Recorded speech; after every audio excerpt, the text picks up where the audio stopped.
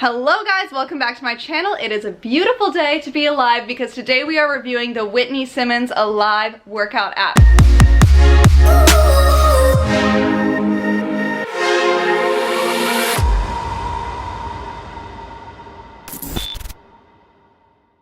I'm gonna be doing a review of Whitney Simmons Alive. This is her new workout app. She just came out with it like 2 weeks ago.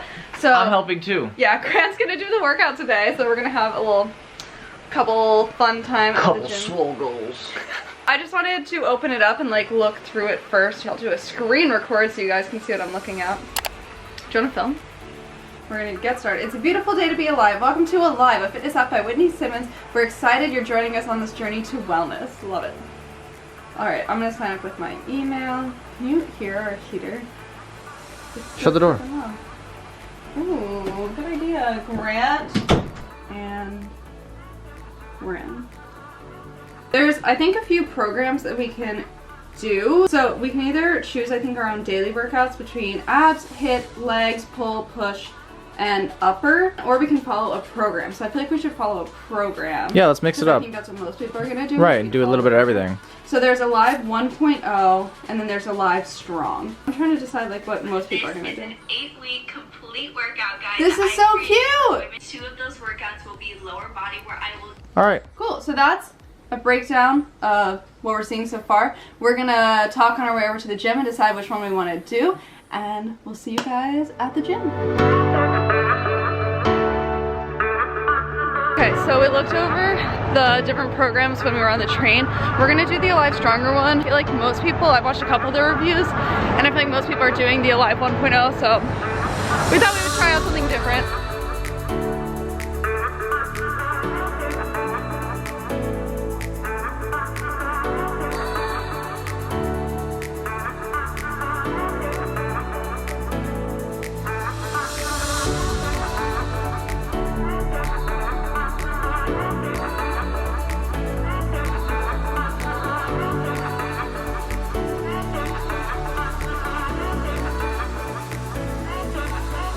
Okay, so I really should have filmed this like so freaking long ago, but I got to my door and realized that I forgot my keys.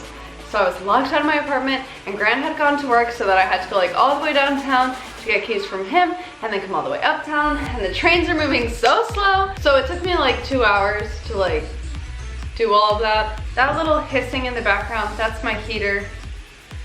It does that, so just, if it gets worse, I might pause and then restart. So overall, I really liked the workout, but there were some things, I wrote them down like as we were going. First of all, that warm-up is like kick-ass. I really liked the glute activation part of it. I think that that was really helpful throughout the rest of the workout, and I really loved that we were like moving in different directions, and there was a lot going on, so it kind of gets your heart rate up right at the beginning, which was really great. I do wish that there was more warm-ups that maybe weren't just focused on the legs, because even though it's a leg day, there's a lot more involved in the body. The biggest thing that I noticed was that I wish there was some kind of like core activation, because even in that like first deadlift, I had like a problem turning on my core. Like I really had to think about it, whereas I feel like a minute of like 10-second on, 10-second off planks would have kind of solved that issue. So then we went right into a sumo deadlift, which was awesome. Really loved it, but I wish that there had been like a warm-up set with lower weight, because you're only doing, it turned off. Thank you. We're only doing sets of 4 here. I mean, reps of 4 by 4. So 4 sets, 4 reps. And I feel like that implies that you should be doing a really heavy weight, but like I don't really sumo deadlift that much. So I was like, ooh, what weight do I start with? So I just kind of like threw some 35s on each side and then worked my way up. But I don't know, I just feel like maybe if there had been like a warm-up set or something. I just earned a free month on my Whoop. Thank you to whoever friend used my link.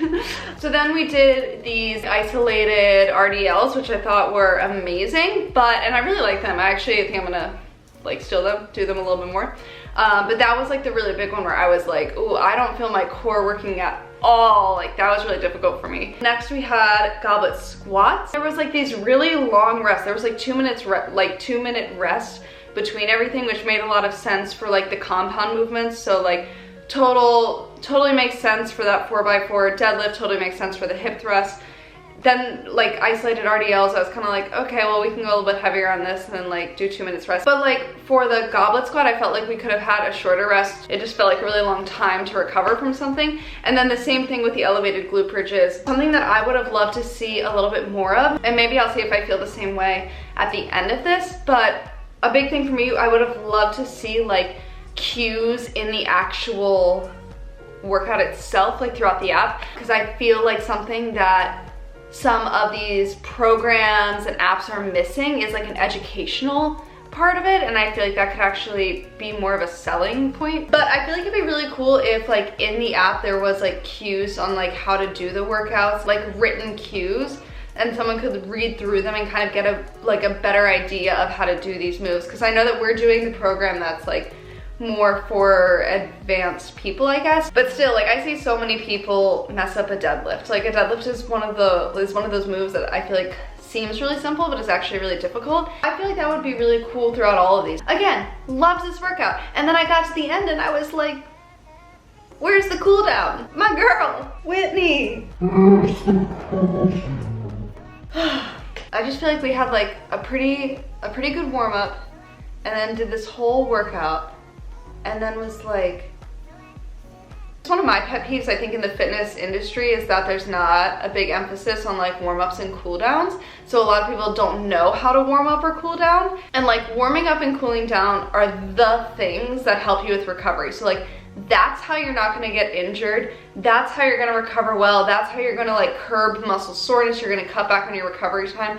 All of those things are gonna be because you warmed up and cooled down. So that was just kind of disappointing for me, was that I got to the end and then I was like, I just didn't know what to do after that. So then I thought about cooling down myself and then I was like, no. And I was like, you know what, I'm gonna cool down. It literally took like 5 to 10 minutes and I just did some really simple stretches. So overall, day one is done. I had a lot of fun. Grant had a lot of fun. As far as the app goes, I'm obsessed with it. That she did such a good job designing this. Like it tracks your rest and then you just like click a little button to say like, next, next, next. Day one is complete. We need to put something on our wall or on our bed or something. I feel like it looks like a prison cell in here.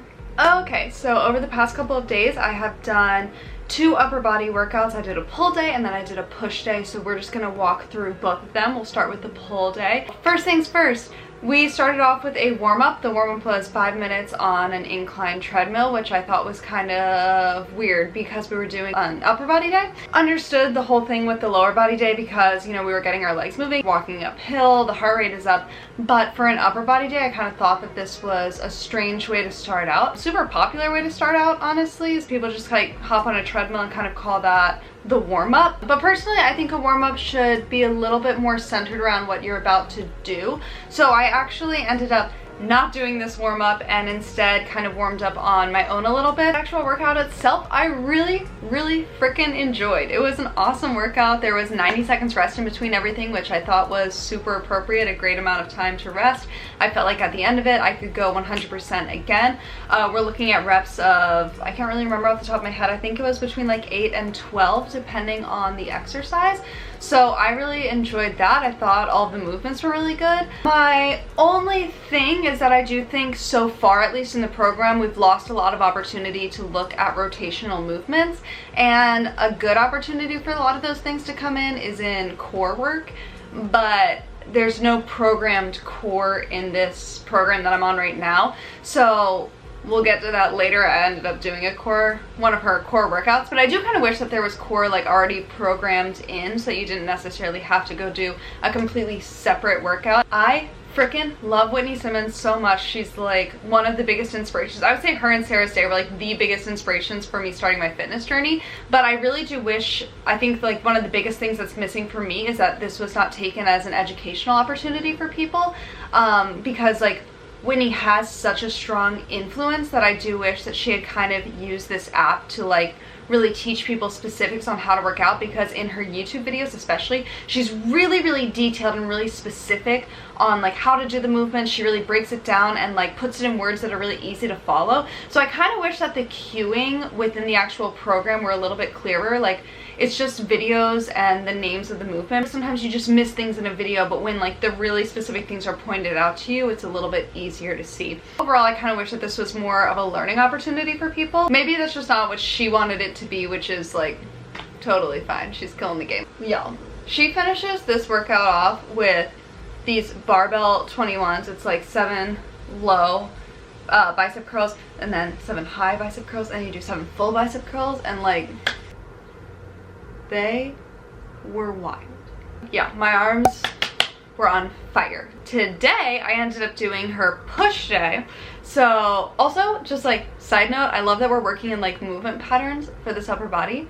And I haven't looked at the other leg day, but our first leg day was like really hinge based, which is like a lower body pull. So I really like that we're working in movement patterns. To start off the workout, it was programmed to start with an incline walk. I got on the treadmill and I did a 5-minute incline walk, and I just feel like the workout, like I could have gotten so much more out of the workout had I actually warmed up the muscles that we were going to use throughout the workout. Overall, this day was so good. Like this workout was so good. Different planes of motion. So I really felt like it was functional and we were hitting all of the parts that we needed to hit. Definitely had like my shoulders on fire. I have no cons about this workout besides the warm-up, but like overall, like the actual workout itself was great. I'm obsessed. So then afterwards I was like, you know what, I have 10 minutes. I'm gonna do one of these 10-minute core things. I decided to do the 10-minute hot fire abs, and I open it up and the first thing on there is crunches.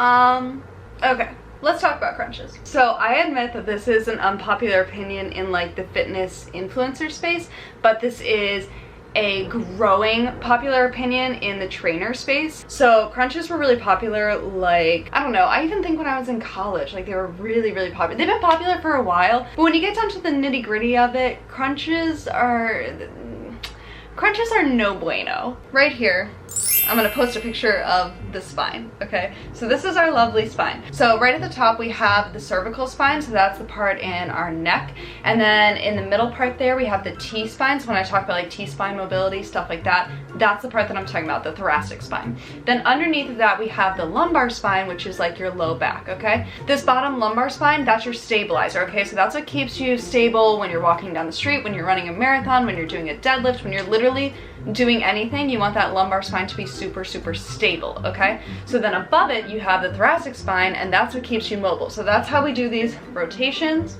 okay? So the issue with crunches specifically is that it's taking your lumbar spine and making it a mobile joint. You're flexing through that lumbar spine over and over and over again to try and get your core to be engaged and to try and get, I feel like most people are just doing crunches to like, I don't really understand why people do crunches, honestly. So you want your lumbar spine to resist movement and you want your thoracic spine to be in motion. That's where movement actually comes from. Second reason is that crunches don't really translate over well to training or everyday life. So similar to what I was saying, you're flexing through your lumbar spine when you're doing crunches, but you don't really want to be doing that in any other exercise. So like think about a squat or a deadlift or even a row. You know, you don't want to bend through your back. You actually want your back to stay up nice and straight and squeezing your core to protect your organs as well as that lumbar spine. So if we are practicing flexing over and over again, the body's going to use muscle memory, and when you're trying to pick up a heavy weight, that muscle memory is going to kick in.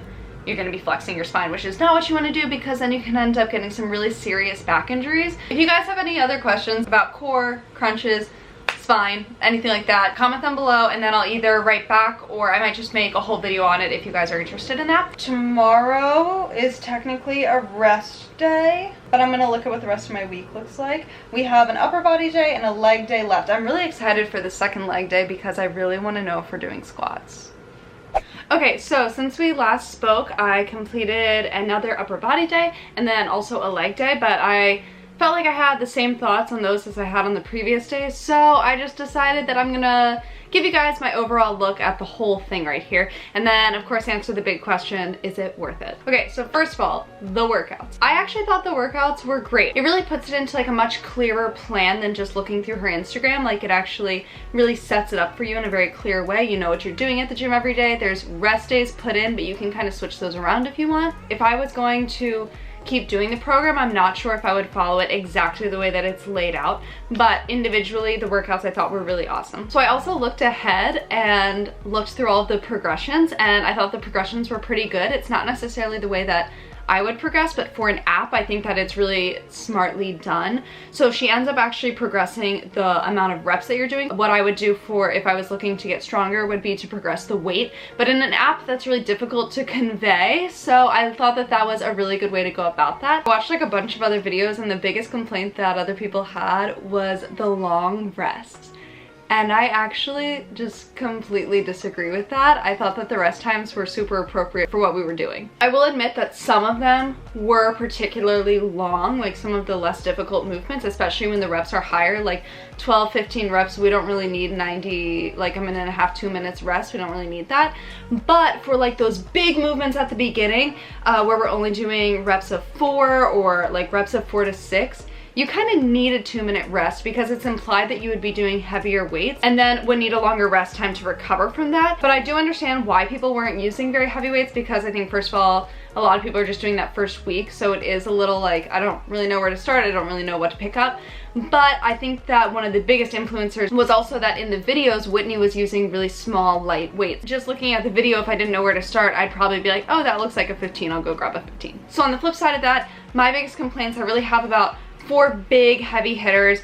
The first one is going to be that I really wish that there was some programmed core in there, because honestly I only did core twice last week. One of them was Whitney's and then one of them I just did. I do wish that there was either core integrated into the workouts or days that there was like core suggested or optional core or something like that, just so that that's like programmed in there already, because I think some people may think like, oh, it's not part of the program, I don't need to be doing core.